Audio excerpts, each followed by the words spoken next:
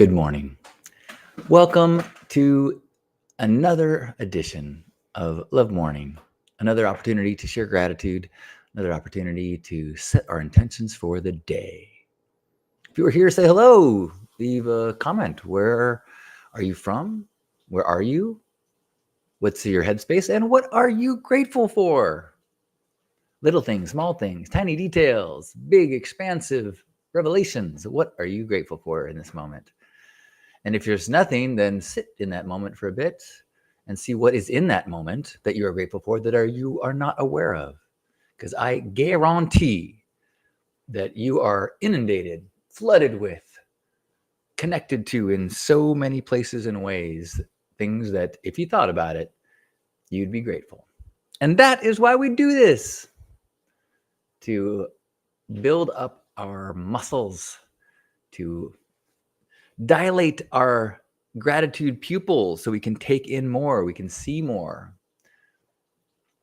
and notice all the things around us that we have to be grateful for, all the things inside us, all the things in our bodies, all the things in our communities, our support networks, our relationships,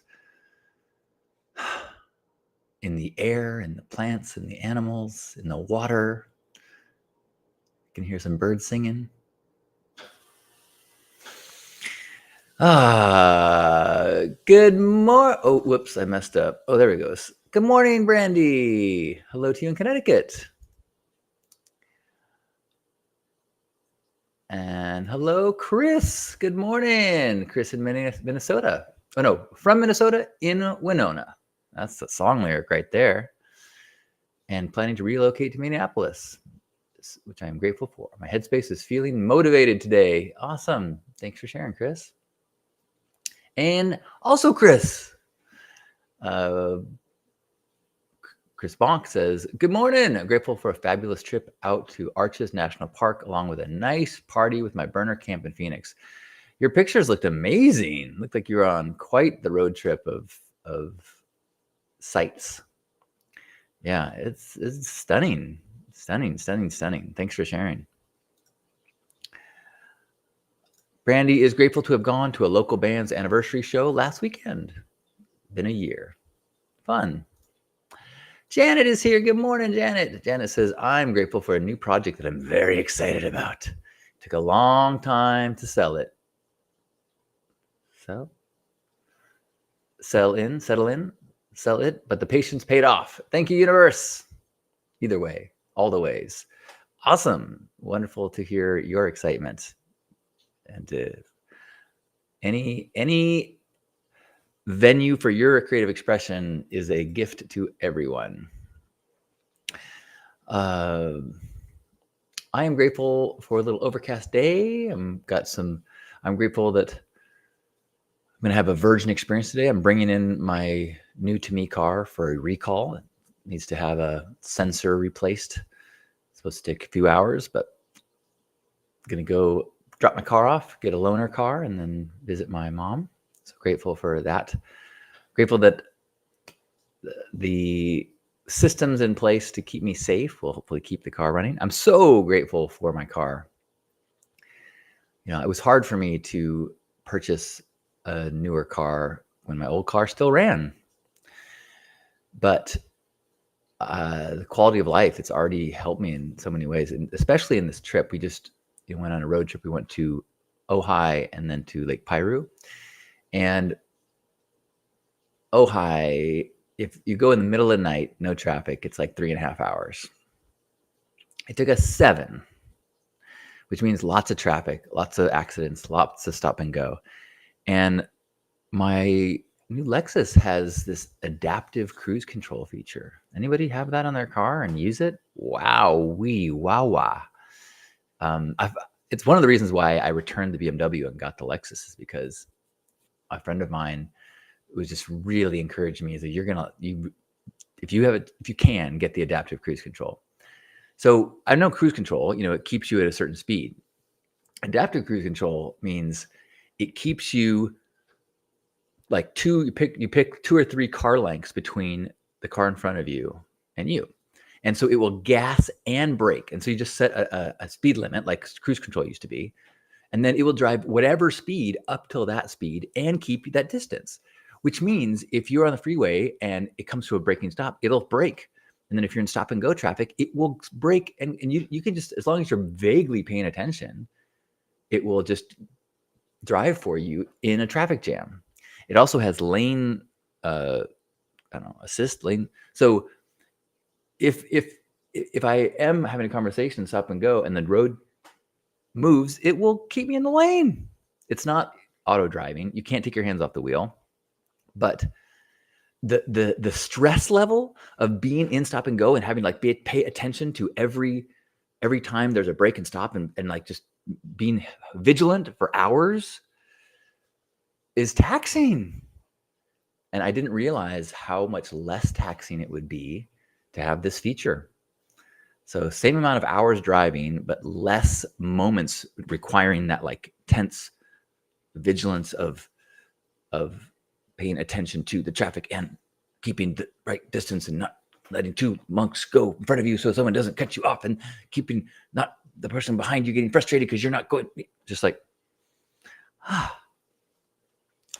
So we might not have our own hoverboards yet, but I will gladly trade my hoverboard future for one with adaptive cruise control.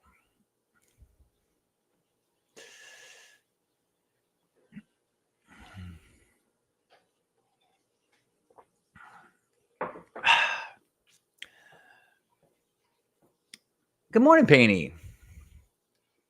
Thanks, Chris and Painty. Brandy is grateful that an old friend from 94 has come back into your life. And everything she's been helping you with. Beautiful. You know, I mentioned yesterday about going to, let's start over. I went to Lisa's recording day on Monday and Tuesday, and listened to her and her bandmates just play the same song over and over and over and over and over again all day, a single song. And I was so blown away with the attention to detail, and I would say perfectionism, but it's not really, I don't think that's perfectionism. Perfectionism is when you are you have, everything has to be perfect, you know, like you apply perfectionism, apply the need for something to be perfect to places where it doesn't really need to be perfect. But when you have something that you are creating, a piece of art, and you are dedicated to making it as good as you possibly can, I don't think that's perfectionism. I think that is devotion. That is commitment. It is a type of personal growth to say, I am committed to creating art at the highest level I possibly can. And if that requires, 100 takes, if that requires doing it over, if that requires spending extra money to get talented musicians or extra equipment, that is, and honestly, I find that so inspiring. And as I watched, I realized how much I am lacking in that drive. I do not have this drive to make things perfect. I actually did take a shower this morning, so my hair looks pretty good. But usually I'm waking up, turning on webcam. There's the I don't know if you can hear it. The washer is running right now, so it's not this isn't a perfect set. I have a blanket on the table right here. I should have put that away. And most things I do are good enough. That's good enough. Good enough. Move on. Good enough. Move on. And I really had the thought of like, what could I do if I worked on a project like she's working on that project? What could I create if I practiced this story 100 times? I did that with my TEDx talk years ago, but that is not normally the way I do things. And it really made me feel like I would it does not come naturally, but I would like it more in my life. Not more in my life, but I would like to be a goal of mine to let go of the need for novelty and new, and sit with the creation process until I say I can't do this any better, and not good enough. I think we always need to work in a balance between that. But sometimes I think it's important to say good enough is not good enough. Sometimes you have to go, this is as good as I can do. My mom reminded me yesterday, I was telling her about this experience and how watching the recording process was so mind-blowing, because like they would be talking amongst themselves and saying, pointing out the things that didn't work in the previous take, and they would try something this way and then try it a little bit differently. And in the beginning, they would ask me like, what do you think? And I was like, which one do I like better? Or like, did I notice the problem in that? I'm like, I didn't, it just sounded great. You know, I'm so blown away with all of your talents, all of your skills, all of your magnificent sounds that you're creating together. I feel like when I was watching gymnastics in the Olympics, and these young girls flipping around through air, making gravity seem like it is not bound them at all. And as they land, I am just in awe. And then the judges immediately start, and the commentators immediately start talking about what's wrong with it. Oh, poor job with the dismount. Oh, a disappointing toe point. Oh, and I'm like, that's crazy. It's so good. What a to me, what a wacky kind of perspective to take something that is so incredible, it is possible by so few people in the world, and to, rather than celebrate, go, my Lord, look at what that human could do. We go, here are the places that human could do it better. And my mom reminded me that there was a time 8 or 9 years ago, I worked for a company. I was the chief wisdom officer, but I also was in charge of some branding and things. And we'd sold food as a food delivery, and we did a photo shoot with a professional food photographer in a studio with a food stylist and a food photographer. And we spent days and tens of thousands of dollars to get photographs of like a plate of a salad and fruit, chopped fruit. And it's a whole, if you're not familiar with this, it is mind-blowing. Anytime you see something in a menu, like there's so much work that goes into making it perfect, as good as it possibly can be.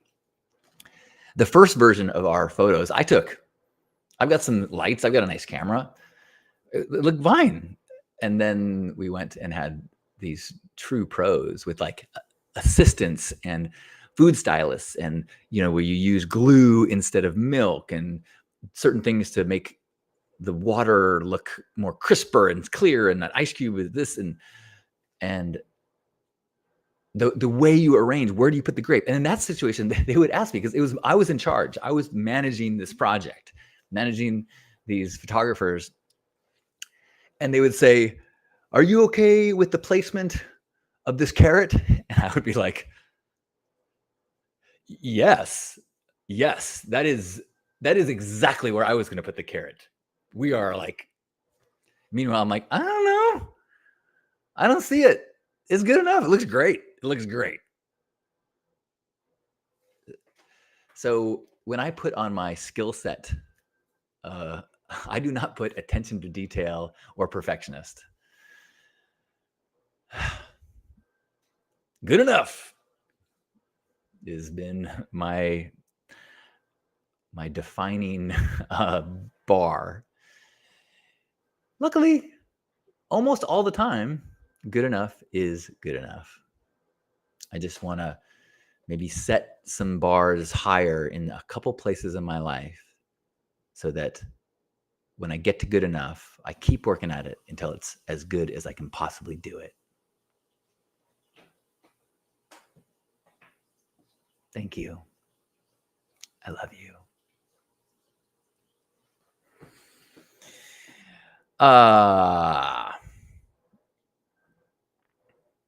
Good morning, Tall Paul. Chris says, if you are willing to go to any length to get it, then you are ready to take certain steps. Good morning, Juan.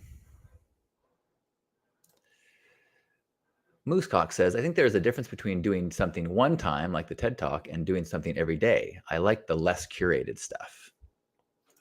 Yeah, you're right. There is something to that.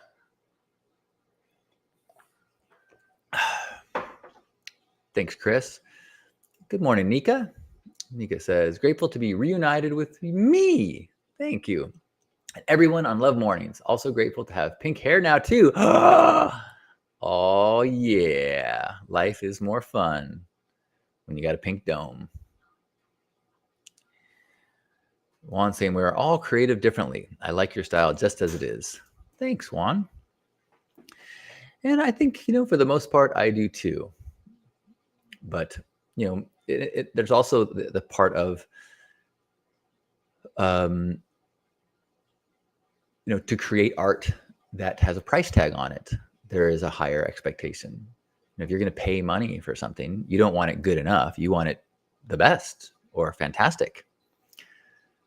So I need to find what that sweet spot is of enjoying the process and putting enough work into creating a level of excellence that has value to people.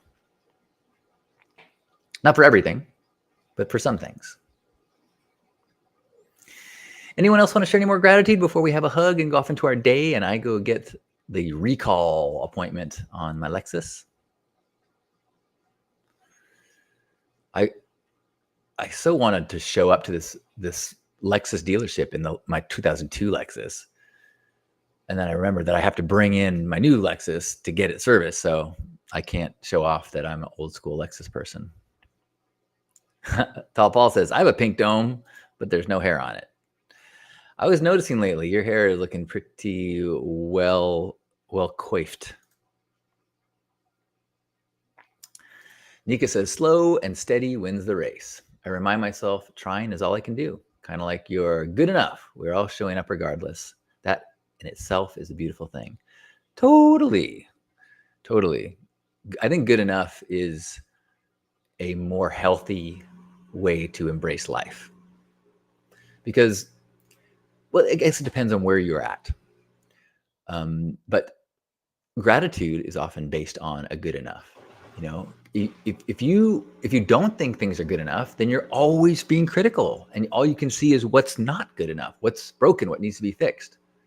So the challenge is, how can you live in a space of this is good enough, this is amazing, I love it, it's wonderful, and wouldn't that feel good to improve it, to push it farther, to put extra effort in? That would also, it's good enough, and I'll enjoy making it better. I think that's where we want to be.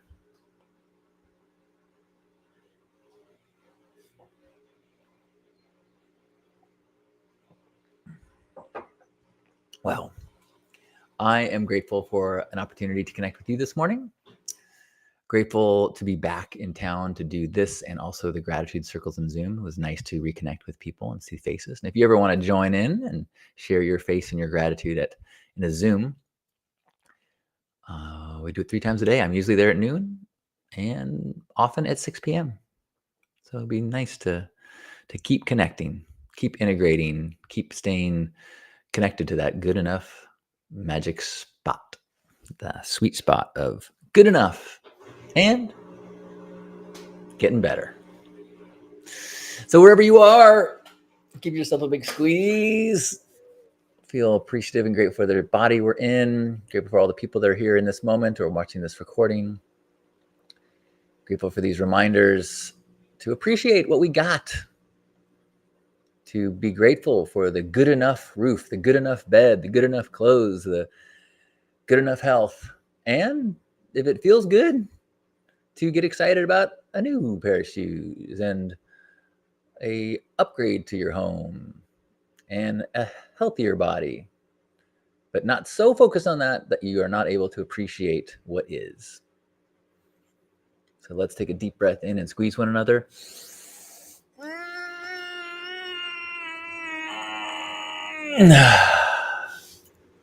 On behalf of Grandpa Caleb and all of you ambassadors of love, thank you for being here today for our Love Morning. Thanks, Hug Nation. Thank you, Nika. Right on, Joyous. A hug in 19 days. What happens in 19 days? Well, I will. Good. Have a beautiful day, Chris and Joyous and Nika and Tall Paul and Juan and Moosecock and Brandy and Painey and Janet and Bonk. Thanks, everyone, and Abigail. Have a beautiful day.